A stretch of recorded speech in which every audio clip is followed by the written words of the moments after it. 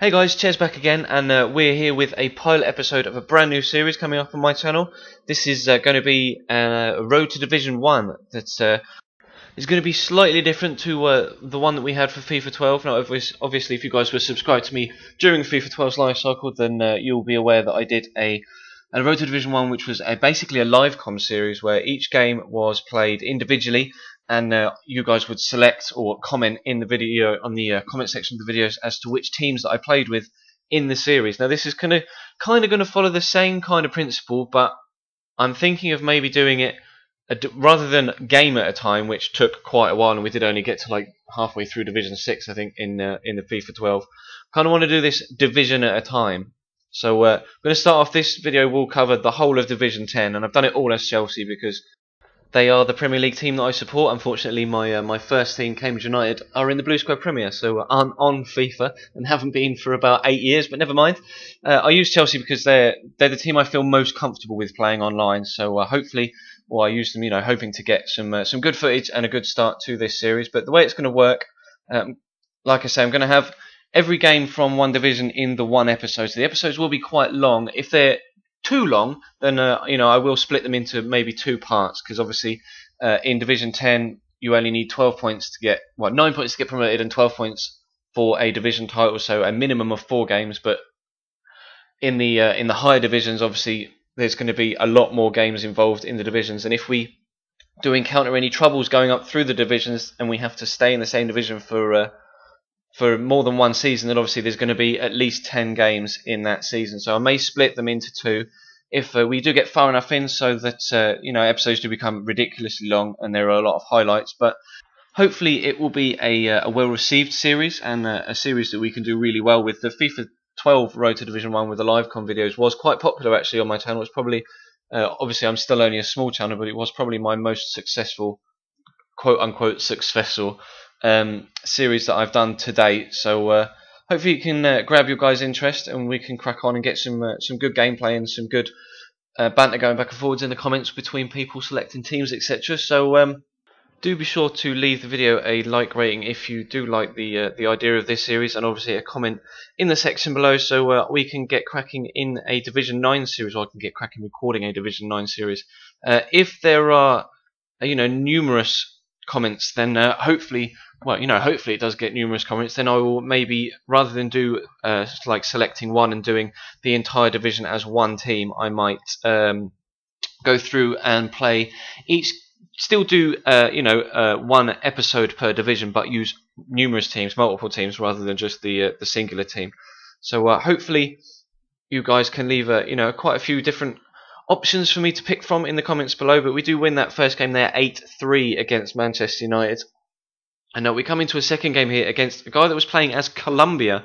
It was a bit of a mismatch, or so I thought, to start off with. Obviously they do have a lot of pace in their team, and Falcao is the main spearhead of their attack, and he was instrumental for him really in this game. But yeah, they had a lot of pace out wide, and he really did cause me a lot of problems actually, unexpected problems for a Division 10. But like I say, Falcao was the main threat, and you'll see as the highlights unravel that how important a role he plays in this game. But we had started off there with the 8-3 win over Man United in the first game, so 3 points off to a fantastic start in Division 10.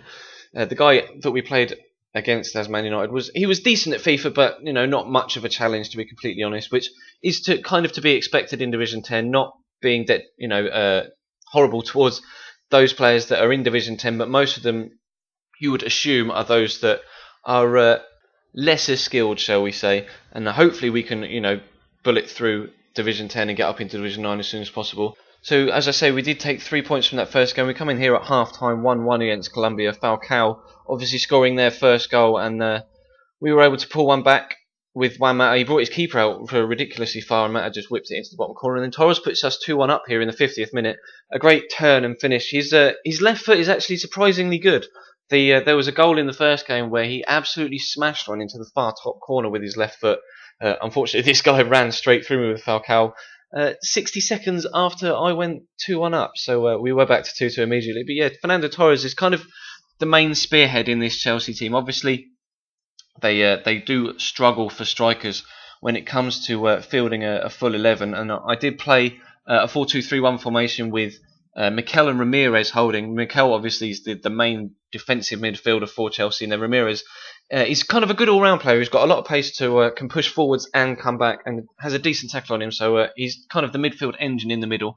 And I had as the three behind Fernando Torres, Mata on the right, Frank Lampard in the middle. Always got to start Frank Lampard in a Chelsea team, haven't you, really?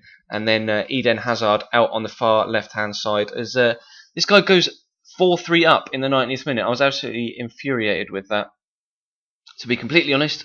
So it's played 2-1, lost 1 so far, but look at the stats. 23 shots, 16 on target.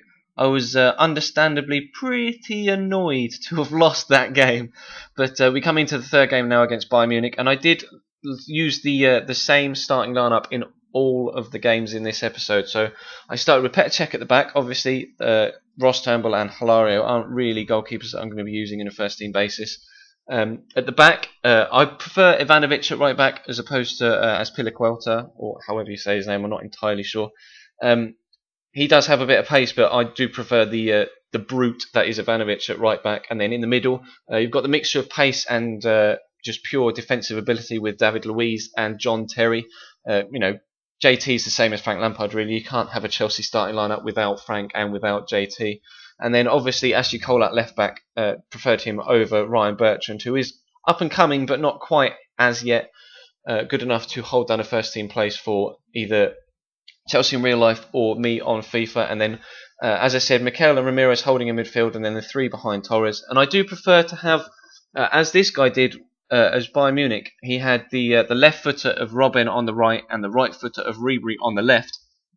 And now I had the left foot of Mata on the right and the right foot of Hazard on the left, with Frank in the middle behind the two of them. Not behind the two of them, sandwiched between the two of them. All three of them sat behind Fernando Torres up top.